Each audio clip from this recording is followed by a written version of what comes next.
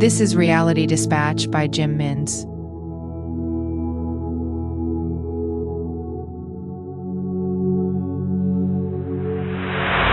They brought him at gunpoint to the bush furnace they had made amongst the dense trees. When he arrived, he was tasked with hammering the molten steel and iron at temperatures well below what he cooked. He worried about his wrists, as the effort required to fashion the helmet, in particular, meant hammering of a caliber greater than he was used to. It was hard to bend. The temperatures were too low, and when he explained this to his captors, his request to produce the outfits in his workshop was met with more gun barrels and threats to his life. He molded the metals around a eucalyptus tree that was narrow enough that, once the helmet was made, it would sit on the shoulders. The work took hours, and the patience of his captors waned. They soon began to assist as they were eager to see the suits in action. He persuaded them to assist by cooking other areas of the rusted plowshare machines while he hammered them into shape. He knew his left wrist was about to give out, and so he asked one of the Kelly gang to keep hammering while it was hot, as he would then rummage through the donated metals to find the right pieces for the other suits.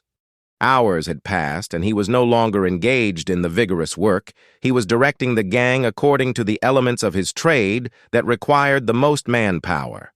Some of them showed potential, and he wondered, albeit briefly, that had they not pursued a life of murder and thievery, that one or two of these men would have made a fine apprentice.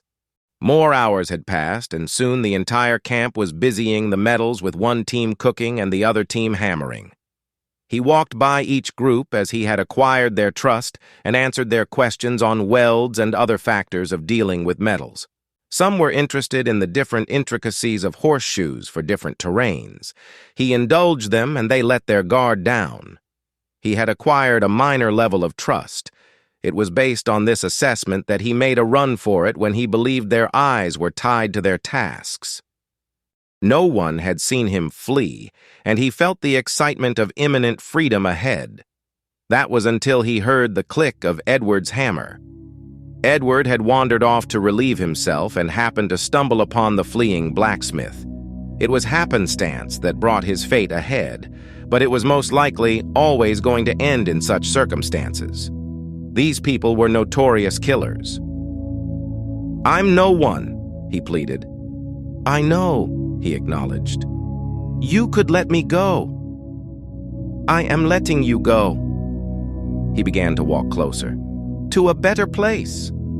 And so it was on October 28, 1880, that the blacksmith felt a rush in his brain before moving on to paradise.